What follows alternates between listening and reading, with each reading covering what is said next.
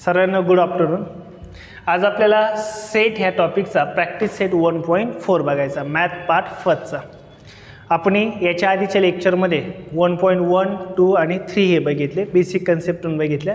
आता आपल्याला practice set 1.4 बघायचा आहे। मग आता प्रॅक्टिस सेट 1.4 जो आहे तो साधारणतः पुढच्या 3 ते 4 कन्सेप्टवर डिपेंड आहेत। मग त्या नेमक्या काय कन्सेप्ट आहे ते आपण पहिले बघूयात।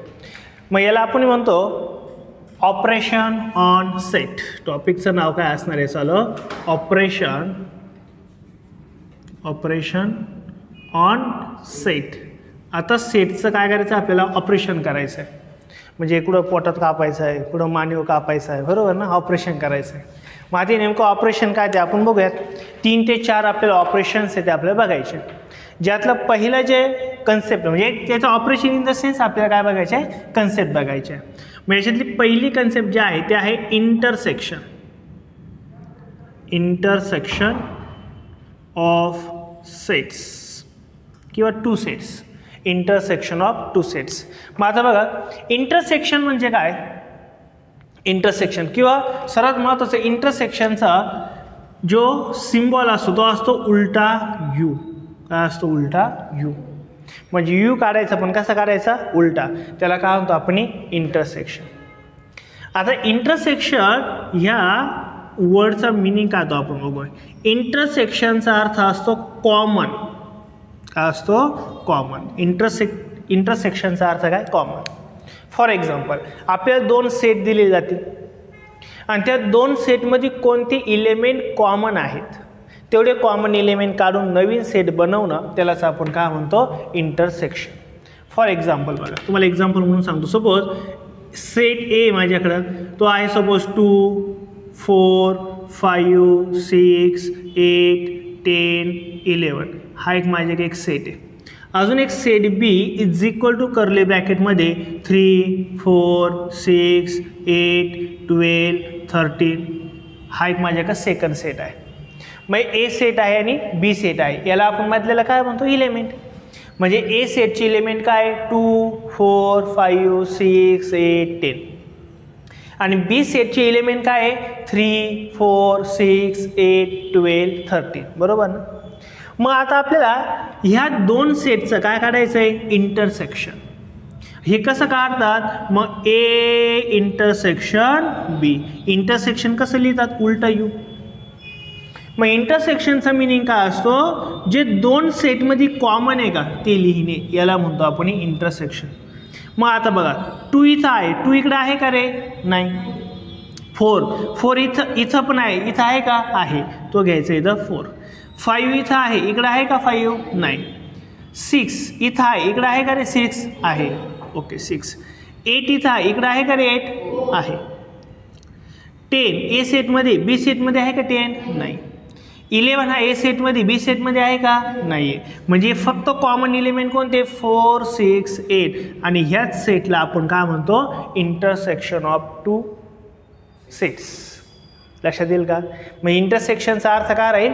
जे 2 सेट आहे का त्यांचं इंटरसेक्शनचा मिनिंग काय राहणार आहे? दोन्हींचे कॉमन, याला म्हणतो आपण इंटरसेक्शन। लक्षात येईल का? इंटरसेक्शन नक्की। म्हणजे आपल्याला इंटरसेक्शनची डेफिनेशन काय म्हणू शकतो? The set of all common elements present in set 1 and set 2 is called intersection. अजून एक एक्झाम्पल घेतो मी, सेकंड एक्झाम्पल घेतो। सपोज माझ्याकडे पी सेट आहे। Set P is equal to curly ब्रॅकेटमध्ये A comma B comma C comma D comma F comma G comma suppose I हे माझ्याकडे इलेमेंट्स आहेत। बरोबर, लिहू नका, लक्ष द्या। आणि एक माझ्याकडे क्यू इलेमेंट, क्यू पण सेट आहे, ते आहे suppose B F A G M N curly bracket complete. आता जर क्वेश्चन विचारला व्हॉट इज व्हॅल्यू ऑफ किंवा what is set of P intersection Q is equal to काय राहील रे? मग आता काय बघायचं आपल्याला फक्त इंटरसेक्शनचं मिनिंग काय कॉमन बघायचे कोणामध्ये पी अँड क्यू मध्ये कोण कॉमन आहे इथं ए आहे इकडे ए आहे का आहे ओके इथं बी आहे बाकीकडे बी आहे का रे आहे इथं बी आहे इथं बी आहे इथं सी आहे इकडे सी आहे का नाही इथं डी आहे इकडे डी आहे का नाही इथं एफ आहे सेकंडमध्ये आहे का एफ आहे जी फर्स्टमध्ये आहे सेकंडमध्ये आहे का आहे आय पी मध्ये आहे क्यू मध्ये आहे का नाही म्हणजे कॉमन फक्त किती बरं इथं 4 आहेत कोणते बरं A B F and G यालाच आपण काय म्हणणार आहे इंटरसेक्शन म्हणजे फक्त काय करायचे कॉमन एलिमेंट घ्यायचे लक्षात येईल का याचीच आपण काय काढू शकतो बरं वेन डायग्राम काढू शकतो काय काढू शकतो वेन डायग्राम कोणाची इंटरसेक्शनची काय काढू शकतो वेन डायग्राम आता वेन डायग्राम काय वेन डायग्राम माहिती ना आपण काय काढतो अंडे काढतो किंवा गोल काढतो ना त्याला आपण वेन डायग्राम म्हणतो पण आता हे दोघं कसे एकत्रित घ्यायचे आहे ना मग याचा अर्थ तिथं 2 डायग्राम येणार आहे म्हणजे 2 अंडे येणार आहे थोडक्यात बरोबर ना बघा इंटरसेक्शनची जर वेन डायग्राम काढायची असेल तर नेहमी 2 सर्कल एकमेकांमध्ये घ्यायचे काय घ्यायचे 2 सर्कल बिकॉज इंटरसेक्शनमध्ये कोणतरी काय असतो रे कॉमन असतात ना काय असतात कॉमन मग जे कॉमन आहे त्याचं इथला स्पेस कॉमन आहे बरोबर ना हा स्पेस कॉमन आहे जे कॉमन इथं लिहून टाकायचे एक्झाम्पल म्हणून मी काढले घेतो पहिलं मग हा कोणता सेट झाला सपोज ए आणि हा कोणता सेट होईल सपोज बी सेट मग कॉमन कोण आहे बरं इथं 4 6 8 कॉमन जागी लिहून टाकायचे आता ए मध्ये हे 4 6 8 सोडून ए मध्ये कोण राहिले रे 2 5 10 11 एवढेच आहे ना मग आता बघा बरं ए सेटमध्ये 2 4 5 6 8 10 11 आहे का रे सर्वे बघा ना हा 4 6 8 हा सुद्धा ए मध्येच आहे ना म्हणजे ए मध्ये सर्व एलिमेंट आहे आता बीचे कोणते राहिले बरं आपल्याकडं 3 राहिला आहे 4 झाला 6 झाला 8 झाला 12 अँड 13 हा जो ही जी वेन डायग्राम आहे कोणाची तर इंटरसेक्शनची आहेत लक्षात येईल का पहिली कन्सेप्ट कळेल सर्वांना एकदम इंटरसेक्शनचा मिनिंग काय राहणार आहे 2 सेटमधले कॉमन वर्ड वाटलं मी डेफिनेशन पण सांगतो वाटलं सर हे आपल्याला लिहून घ्यायचं वाटलं सर नाव टाकलं ना सर्वांनी डेफिनेशन लिहून घ्या डेफिनेशन द सेट ऑफ लिहून घ्या व्यवस्थित the set of all common elements of A and B are called intersection of set बघा इंटरसेक्शनची मी त्या डेफिनेशन पण लिहून दिली इंटरसेक्शनची डेफिनेशन काय राहणार आहे the set of all common elements कसे पाहिजे आपल्याला common element of given 2 set म्हणजे इथं काय दिलंय 1 A and 2 are called intersection सर्वात महत्त्वाचं वर्ड कोणता इथं कॉमन एलिमेंट्स मग एकदा डेफिनेशन लिहिल्यानंतर मग हे लिहून घ्या काय एक एक्झाम्पल आणि सेकंड एक्झाम्पल आणि वेन डायग्राम पण काढा एची वेन डायग्राम काढता येईल का ही अल्फाबेटची पी क्यूची ही पण काढा चला इथं ही वेन डायग्राम काढून दिली आणि ही पण आता तुम्ही काढा आता आपल्याला ऑपरेशन सेकंड बघायचं तर फर्स्ट ऑपरेशन आपण बघितले सेकंड ऑपरेशन काय बघा डिसजॉईंट काय बघायचं आपल्याला डिसजॉईंट सेट्स लक्ष द्या इकडे सरांनी आता 1 मिनिट डिसजॉईंट सेट आपल्याला बघायचं आहे आता डिसजॉईंटचा अर्थ काय बघा जॉईंट म्हणजे काय रे जोडणे आणि डिसजॉईंट म्हणजे काय वेगवेगळे असणे बरोबर ना जॉईंटचा अर्थ काय असतो जोडणे आणि डिसजॉईंट म्हणजे काय टोटल वेगळं करून टाकणं याला आपण काय म्हणतो डिसजॉईंट मग आता बघा डिसजॉईंट म्हणजे डिसजॉईंट सेट इथं डिसजॉईंट आपल्या सेट बघायचे मग डिसजॉईंट सेट म्हणजे काय दोन्ही पण सेट कसे असणार आहे टोटली डिफरंट असणार आहे म्हणजे दोन्ही सेटमधले इलेमेंट सिंगल पण कॉमन नसणार आहे त्याला आपण काय म्हणतो, डिसजॉइंट सेट. लक्ष द्या इकडं. सपोज एक एक्झाम्पल, मी सपोज सेट ए काढला. Set A is equal to curly ब्रॅकेटमध्ये 2 4 6 8 10 कर्ली ब्रॅकेट कंप्लीट. सपोज मी सेट बी काढला. Set B is equal to 1 3 5 7 9 curly bracket complete. मग मला सांगा ए सेटमध्ये आणि बी सेटमध्ये कोण कॉमन आहे का? नाही. दोन्ही पण काय वेगळे, आणि दोन्ही वेगळे असेल तर आपण याला काय म्हणू शकतो, set A and set B is disjoint sets. झालं डिसजॉइंट. बस एवढंच, बाकी काहीच नाही. याला कोणतंही सिम्बॉल वगैरे पण यूज केला जात नाही आहे. लक्षात आलं. मातीची वेन डायग्राम विचारली जाऊ शकते. मग याची वेन डायग्राम कशी येईल रे, दोन वेगवेगळे सर्कल येणार आहे. म्हणजे आपण काय म्हणू शकतो बघा, हा एक सर्कल ए सेटचा आहे आणि हा सर्कल कोणाचा आहे बरं, सपोज बी सेटचा आहे. मग ए सेटमध्ये कोणते इलेमेंट आहे, 2 4 6 8 10. बी सेटमध्ये कधी आहे, 1 3 5 7 9. झाली वेन डायग्राम इश्यू आली. ही काय असणार आहे, Venn diagram of disjoint sets. लक्षात आलं का. तर डिसजॉइंट सेटमध्ये कोणताही सिंगल इलेमेंटसुद्धा कॉमन नसणार आहे. लक्षात येईल नक्की. मग लिहून घ्या वाटल्यास. वाटल्यास डेफिनेशन पण लिहून घ्या. डेफिनेशन इथं लिहितो, confirm that not a single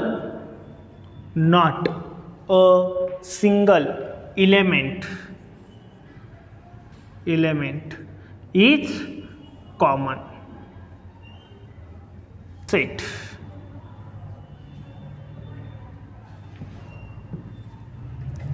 बघा इथं काय दिली मी, डेफिनेशन दिली.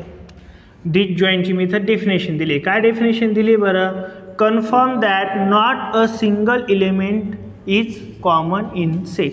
कन्फर्म झालं का रे आपलं, एक तरी आहे का याच्यामध्ये कॉमन सेट, कॉमन इलेमेंट आहे का, नाही आहे. म्हणजे तो सेट कसा असणार आहे, डिसजॉइंट सेट. डायग्राम पण काढून घ्या. हा सेट ए आहे आणि हा सेट बी आहे. आता आपल्याला याच्यातलं थर्ड ऑपरेशन बघायचे. थर्ड कन्सेप्ट काय बरं,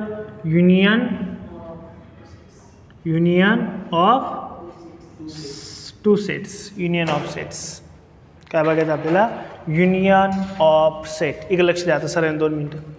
युनियन ऑफ टू सेट किंवा सेट, युनियन ऑफ सेट्स. मग आता युनियन ऑफ सेट्स काय असतो बरं, याला इंडिकेट करतात कशाने, यू फॉर युनियन. लक्षात. तिन्ही 2 गोष्टी कळेल का तुम्हाला. एक मी काय सांगितलं तुम्हाला, इंटरसेक्शन कशाने इंडिकेट करतात, उलटा यू. आणि इथं युनियन कशाने इंडिकेट करतात, यूने. लक्षात येईल. युनियन म्हणजे सुईचा यू आणि इंटरसेक्शन म्हणजे काय, उलटा यू. लक्षात येईल. मुलांचं कन्फ्युजन होतं, हे व्यवस्थित लक्षात ठेवा.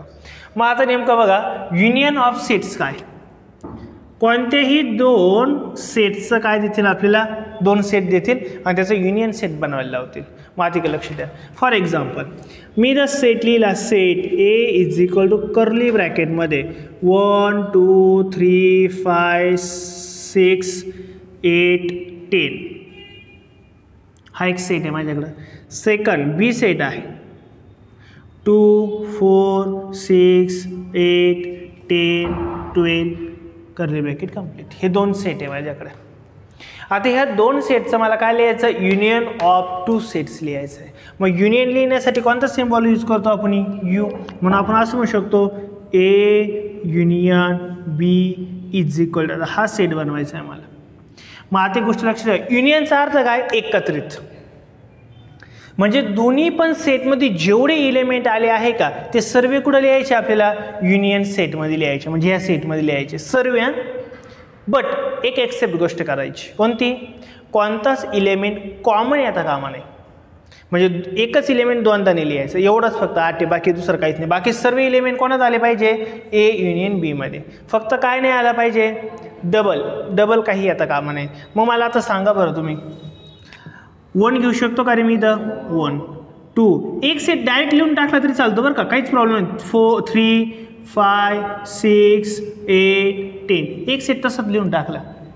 आता सेकंड 2 घ्यायचा आहे का आपल्याला, 2 तर गेले. 4 घ्यायचा आहे का, कारण की घेतलेलं नाही, मग 4 घ्यावं लागेल. बरं 6 घ्यायचा आहे का, ऑलरेडी घेतलेला आहे. 8 घ्यायचा का, नाही कारण की ऑलरेडी आहे. 10 घ्यायचा आहे का, नाही ऑलरेडी आहे. 12 घ्यायचा आहे का, घ्यायचं काही घेतलेलं नाही आहे. यालाच आपण काय म्हणतो बरं, युनियन ऑफ टू सेट. बघा ए आणि बी मध्ये जेवढे इलेमेंट आहे ते सर्व याच्यात आलेले. बघा एकही आपण सुटलेला नाही आपल्याकडून, बरोबर का. यालाच आपण काय म्हणतो, युनियन ऑफ टू सेट्स. लक्षात येईल का. मग याची वेन डायग्राम पण विचारतात आपल्याला, किंवा अजून एक एक्झाम्पल घेतो चला मी. Suppose P is equal to curly ब्रॅकेटमध्ये A comma D comma C comma H comma G comma I. हा झाला कोणता सेट आपला, पी. अजून एक सेट घेतो कोणता, Q set. Q is equal to C comma A comma H comma F comma E comma comma I. हा एक ब्रॅकेट, हा एक माझ्या का सेट आहे. मग आता मला ह्या दोन्ही सेटचं काय लिहायचं आहे बरं, युनियन लिहायचं आहे. म्हणजेच काय करणार आहे आपण, P union Q is equal to curly ब्रॅकेटमध्ये पहिला सेट तसाच लिहून टाका. कोण आहे बरं इथं, A D C H G I. बरं आता सेकंडमध्ये जायचं. सी घ्यायचं आहे का आपल्याला, आहे. ए घ्यायचं आहे का आपल्याला, नाही. एच घ्यायचं आहे का, नाही. एफ घ्यायचं आहे का, घ्यावं लागेल कारण की एफ नाही आपल्याला ना, मग एफ. त्यानंतर ई घ्यायचं आहे का, हो घ्यावं लागेल कारण की नाही आहे. आय घ्यायचं आहे का आपल्याला, नाही ऑलरेडी आय आपण घेतलेला आहे. म्हणजेच हा टोटल सेट कोणता झाला, union of this two sets. लक्षात झालं का, युनियन नक्की. आता यांचे आपल्याला काय विचारतील, वेन डायग्राम. मग आता वेन डायग्राम कशी तयार होते बघा. आता एक गोष्ट आपण मागं बघितलं होतं, युनिव्हर्सल एक सेट बघितला होता.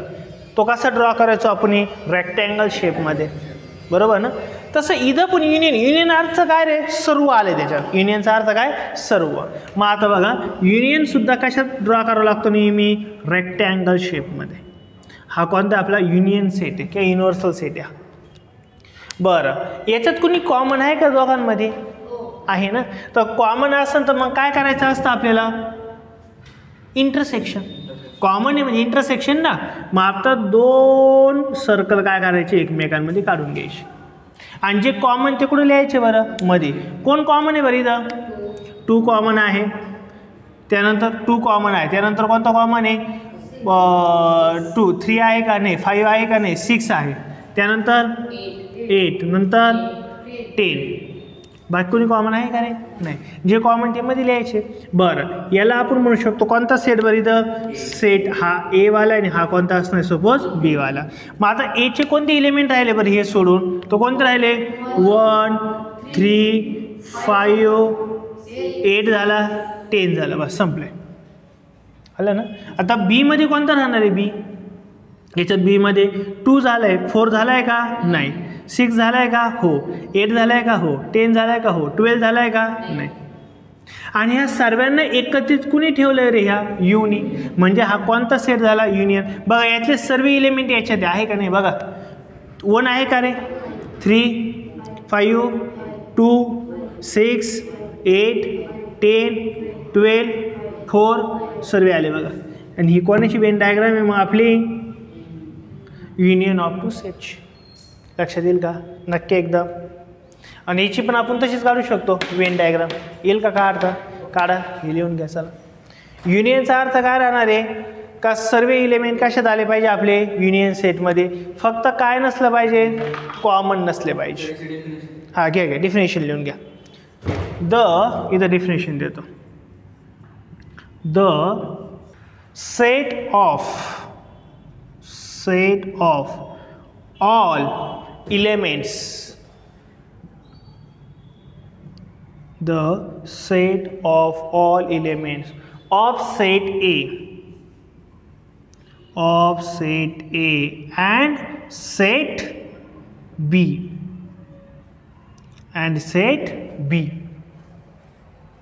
is called, एक काम करा, of set A and B but not common. Common पाहिजे का याच्यामध्ये? नाही. Is called union of two set.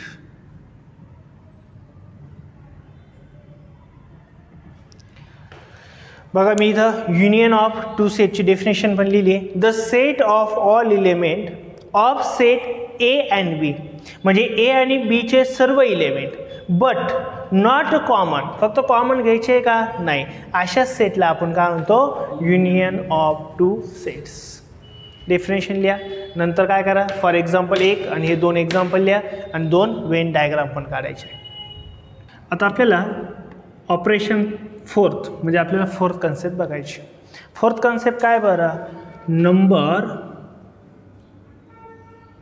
Number of elements in sets. Number of elements in a set. मग आता number of element in a set ही काय concept एकदा समजून घ्या इकडं. चला बघा, सपोज एक सेट आहे. सपोज माझ्याकडे सेट आहे ए आणि त्याच्यात इलेमेंट आहे 1 3 5 7 9 11 13. हे सर्व काय बरं? इलेमेंट आहे ना. मग आता बघा काय? Number of elements in a set. मग आता एका सेटमध्ये किती इलेमेंट आहेत त्यालाच काय म्हणतो आपण?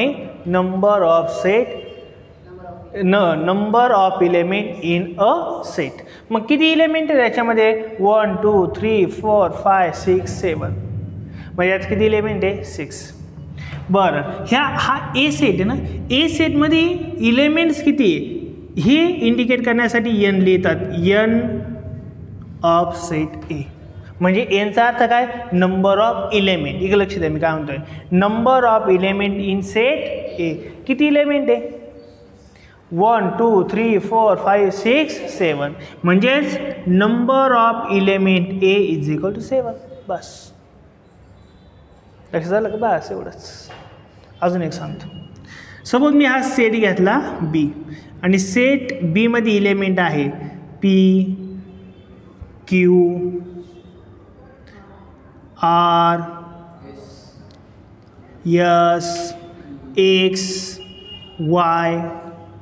हे इलेमेंट किती इलेमेंट आहे याच्यामध्ये? 6. मग मी जर विचारलं how many elements in set B तर किती असणार आहे? नंबर ऑफ इलेमेंट किती? 6. म्हणून आपण काय करू शकतो? Number of element B is equal to 6. ओहर. हे सांगितलं तुम्हाला फर्स्ट एक्झाम्पल. हे काय सांगितलं तुम्हाला? Second example. बरं, आता एक अजून मी विचार तिकडे लक्ष द्या. सपोज थर्ड मी लक्ष द्या इकडे काय म्हणतोय. Suppose set A is equal to curly ब्रॅकेटमध्ये 1 2 3 5 7 9 10. Curly bracket complete.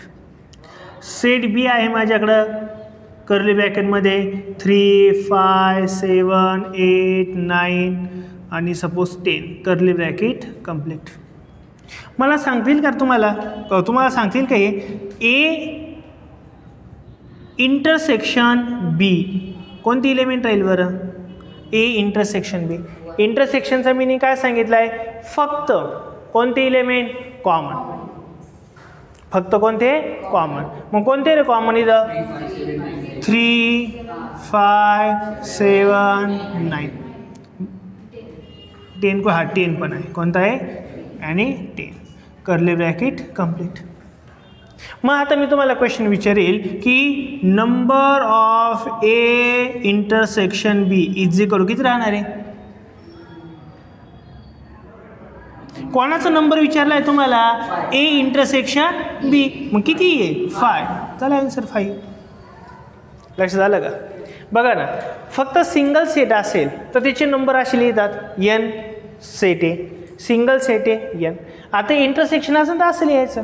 बरं, मला सांगा ह्या ए आणि बी सेटचाच युनियन काय राहील बरं? A union B set. सांगा काय राहील? काय लिहायचं? 1 2 3 5 7 9 10. अजून कोण आहे? 3 घेतला आहे का? कॉमन घ्यायचे का आपल्याला? नाही. 3 घेतलेला आहे, 5 घेतलेला आहे, 7 घेतला, 8 घेतला आहे का? नाही. 9 घेतला आहे का? येस. 10 घेतला आहे का? येस. मग मला सांगा देअरफॉर इथं लिहितो therefore number of A union B किती असणार आहे 1 2 3 4 5 6 7 8. आलं का लक्षात? काही डाऊट? नक्की का आलं सरांना? आपण इथं काय घेतलं ह्या दोघांचं इंटरसेक्शन घेतलं आणि त्याचे किती इलेमेंट एवढे. ह्या दोघांचं आपण इथं काय घेतलं युनियन घेतली. किती इलेमेंट आहे 8. संपला विषय. कळेल का? म्हणजे आपल्याला नंबर ऑफ इलेमेंटचा मिनिंग काय असणार आहे त्या सेटमध्ये एकूण किती इलेमेंट आहे तेवढा आकडा लिहायचा. बस संपलं. लक्षात येईल? घ्या लिहून. ह्या number of element in a set याचा एक फॉर्म्युला आहे आणि त्या फॉर्म्युल्याचा यूज करून आपल्याला पुढचा टोटल प्रॅक्टिस सेट 1.4 शिकायचं आहे. मग कोणता फॉर्म्युला आहे तो? एक फॉर्म्युला आहे. कोणता? Number of A union B is equal to number of A plus number of B minus number of A intersection B. हा फॉर्म्युला आहे. अगदी लक्षात. म्हणजे काय असणार इथं ए युनियन बीचे टोटल किती इलेमेंट आहे बघा. इथं काय आहे ए युनियन बीचे एकूण किती इलेमेंट आहे. इथं काय असणार आहे फक्त सेट ए चे इलेमेंट किती. इथं काय असणार आहे सेट बी चे इलेमेंट आणि इथं काय असणार आहे सेट ए इंटरसेक्शन सेट बी चे इलेमेंट काय करायचं त्याच्यातून मायनस. हा फॉर्म्युला एकदा व्यवस्थित मस्त लिहून घ्या. याच्यावर आपल्या पुढचा प्रॅक्टिस सेट डिपेंड आहे. या व्यवस्थित. आता आपल्याला ह्या सर्व ज्या कन्सेप्ट आपण बघितल्या याच्यावर आता आपल्याला काय करायचं आहे प्रॅक्टिस सेट 1.4 बघायचं आहे. बघा त्याच्यामध्ये आपल्याला एकूण 5 क्वेश्चन दिलेले. त्यातला आपण फर्स्ट क्वेश्चन बघू. क्वेश्चन नंबर फर्स्ट तुमच्या समोर क्वेश्चन आहे. क्वेश्चन काय लिहू नका फक्त बघा काय. फर्स्ट क्वेश्चन काय if number of A is equal to 15 म्हणजे काय दिले रे ते लिहू नका. की लक्ष द्या. लुटे लक्ष द्या. गिवन गोष्टी काय काय द्या आपण बघूयात. गिवन गोष्टी काय काय काय दिलं बरं. गिवन नंबर ऑफ इलेमेंट ए किती दिलं आहे 15. नंतर काय दिलं आहे नंबर्स ऑफ बी इलेमेंट किती आहे तो शोधायचा आहे. ते दिलं नाही का. ओके जे दिलं तेच आपण पाहू मग. बरी का लिहू झालं. नेक्स्ट काय दिलं आहे बरं आपल्याला number of A union B is equal to किती दिलं आहे 29. अजून काय दिलं आपल्याला number of A intersection B is equal to 7 आणि काय फाइंड आउट करायचं आहे नंबर ऑफ इलेमेंट बी. बरोबर हे आपल्याला फाइंड आउट करायचं आहे. मग हे नंबर असेल तर फॉर्म्युला आपल्याला डोळ्यापुढे एकच यायला पाहिजे. कोणता मग असा फॉर्म्युला आत्ता जो आपण बघितला कोणता number of A union B is equal to number of A plus number of B minus number of A intersection B. आणि देअरफॉर मग आता व्हॅल्यू बघा कोणाकोणाची आहे. नंबर ऑफ ए युनियन बीची आहे का व्हॅल्यू आहे किती बरं 29. नंबर ऑफ एची किती बरं 50. नंबर ऑफ बी काढायचा आहे मायनस ए इंटरसेक्शन बीचे किती इलेमेंट्स दिले आपल्याला 7 दिलेले आहेत. बरोबर ना. फक्त आपण काय केलं आहे व्हॅल्यू सबस्टिट्यूट केलेले आहे. नंबर ऑफ बी एका बाजूला ठेवा बाकी सर्व एका बाजूला आणलं तरी चालेल. काय होईल बरं देअरफॉर 29 वाटलं तर मी तसाच ठेवला. एक गोष्ट करू ना आपण 15 - 7 किती होणार आहे रे 8. किती होणार आहे 8 प्लस कोण राहील इकडं नंबर ऑफ बी. आपल्याला नंबर ऑफ बी इलेमेंट काढायचं आहे ना. हा 8 इकडं प्लस इकडं आला काय होणार आहे minus. Therefore 29 - 8 is equal to number of element B. मग 29 मधून 8 गेल्यावर किती राहणार आहे 21 is equal to number of element B. आणि तेच तर आपल्याला काढायचं होतं. झालं आपलं आन्सर. तेच तर काढायचं ना आपल्याला. अलग लक्षात नक्की एकदम. प्रॅक्टिस सेट 1.4चा सेकंड क्वेश्चन बघायचं. भला मोठा क्वेश्चन दिला काहीतरी. बरोबर काय क्वेश्चन दिला मी एकदा रीड करतो. In a hostel there are 125 student. एका हॉस्टेलमध्ये किती स्टुडंट आहे 125 म्हणजे 125 हॉस्टेलमध्ये स्टुडंट आहे. नेक्स्ट काय out of which 18 drink tea. त्यातले 80 काय करताय बरं टी पेत आहे. काय पित आहे चहा. 60 ड्रिंक कॉफी. 60 जण काय पितात ते कॉफी पिऊ राहिले. काय पितात ते coffee. And 20 drink tea and coffee both. आणि 20 जण असे भुरटे का जे भेटेल ते पिते, म्हणजे चहा पण पिऊ राहिले आणि कॉफी पिऊन बघे भुरटे ये. Find the number of students who do not drink tea or coffee. तर आपल्याला असे स्टुडंट शोधायचे का जे चहा पण पित नाही आणि कॉफी पण पित नाही. मग काय पिते ते, काहीतरी पित असतील, पण ते काय पित नाही आहे, चहा आणि कॉफी ह्या दोन गोष्टी पित नाही. ते आपल्याला फाइंड आउट करायचे, बरोबर ना. काला काय क्वेश्चन आहे, एकूण हॉस्टेलला किती स्टुडंट आहे 125, त्यापैकी चहा किती पितात आहे 80, कॉफी किती जण पितात आहे 7, आणि दोन्ही पण पिणारे किती आहे 20 आहे. आणि असे पाहिजे आपल्याला आता का कोणते स्टुडंट आहे का जे चहा पण पित नाही कॉफी पण पित नाही, ते फक्त संध्याकाळीच पितात, ते किती जण आहेत आपल्याला बघायचे, बरोबर. मग आता काय होईल बघा, संध्याकाळी पिता म्हणजे चहा आणि कॉफी सोडून असं ना ते काहीतरी, हां पाणी वगैरेच ना. मग मी कुठं काय म्हणतो आहे, लेक्चरमध्ये वाईट करूच बोलणार आहे काय, पाणी पिणारे कोण आहे बाकीचे ते आपण बघू. मग आता त्याच्यामध्ये बघा, याच्यात एक युनियन सेट आहे, सर्वात मोठा सेट एक युनियन सेट असं ना, कोणता असेल रे, हॉस्टेलचे स्टुडंट, बरोबर ना.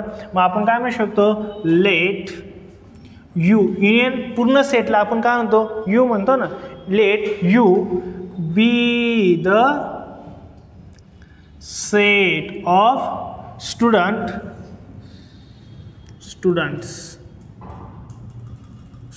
In hostel. म्हणजे हॉस्टेलमध्ये जे काही स्टुडंट आहेत त्यांना आपण काय म्हणणार आहे, यू. मग मला सांगा ही नंबर ऑफ यू किती आहे रे 125, बरोबर का नाही. नंबर ऑफ युनियन सेट किती असणार आहे 125. नेक्स्ट आपल्याला कोणती माहिती दिली बरं, आता चहा पिणारे, लेट चहाला मी टी म्हणतो, टीला टी म्हणतो, टीला T, let T be the set of students who drink tea, बरोबर ना. मग आता मला सांगा नंबर ऑफ टी किती येणार आहे तिथं 80, 80 जण काय पितात हे चहा, बरोबर. नेक्स्ट पुढं काय येणार आहे बरं, आता लेट कॉफीला सी म्हणू आपण, सी म्हणू इनिकेट, C be the set of students हू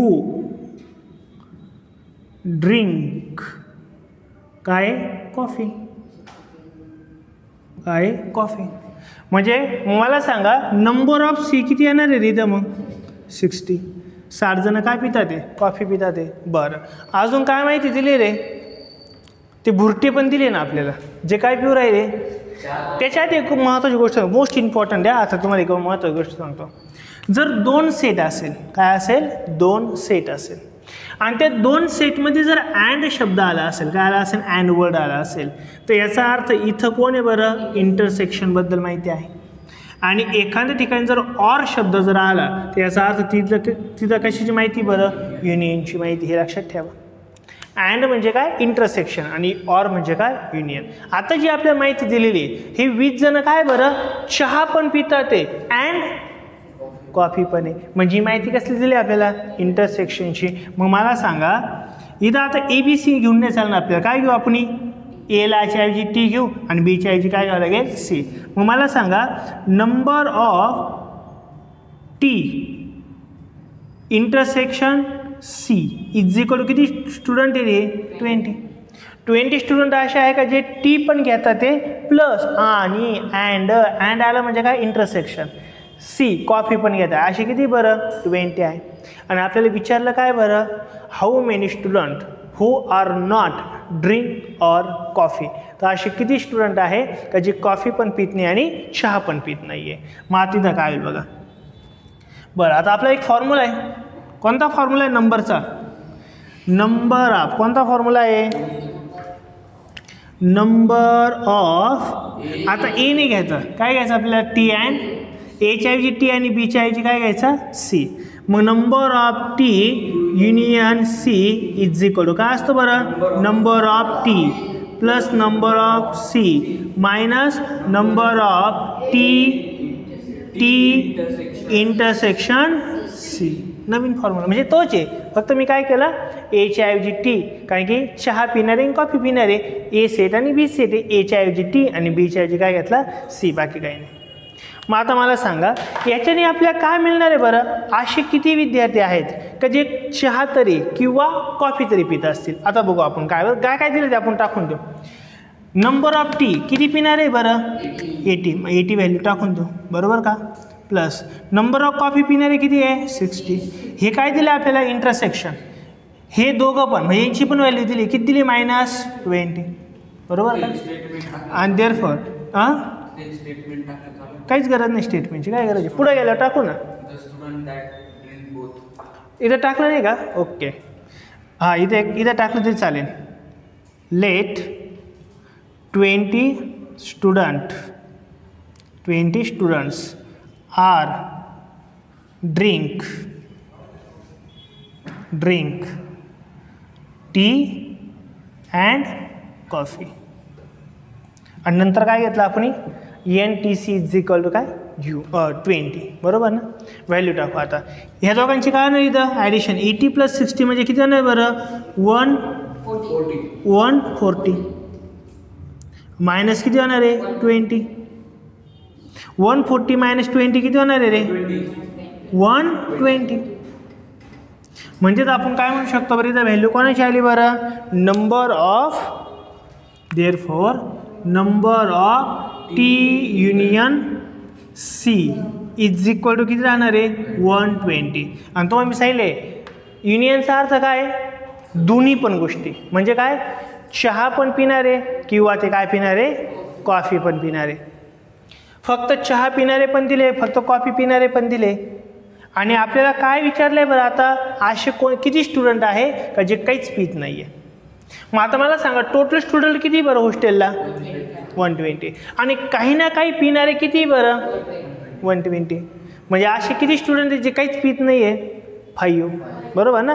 कारण की टी युनियन सीचा अर्थ काय एक तर ते चहा तरी पितात किंवा कॉफी तरी पितात काहीतरी पितात असे किती आले 120. काहीच पित नाही याचा अर्थ टोटलमध्ये एवढे मायनस केला येईल ना आपल्याला. म्हणून आपण काय म्हणू शकतो therefore number of students who do not drink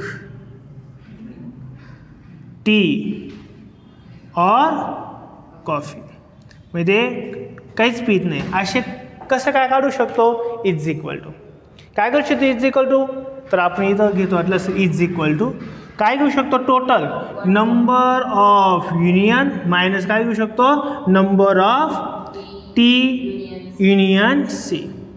मग नंबर ऑफ यू किती बरं आपला 125 minus number of T U C किती बरं 120. दोघांची सबट्रॅक्शन केली तर किती येणार आहे 5.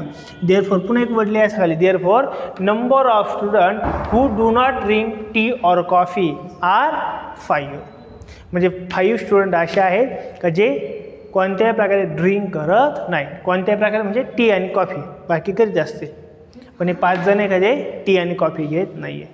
लक्षात येईल का क्वेश्चन नक्की एकदा घ्या.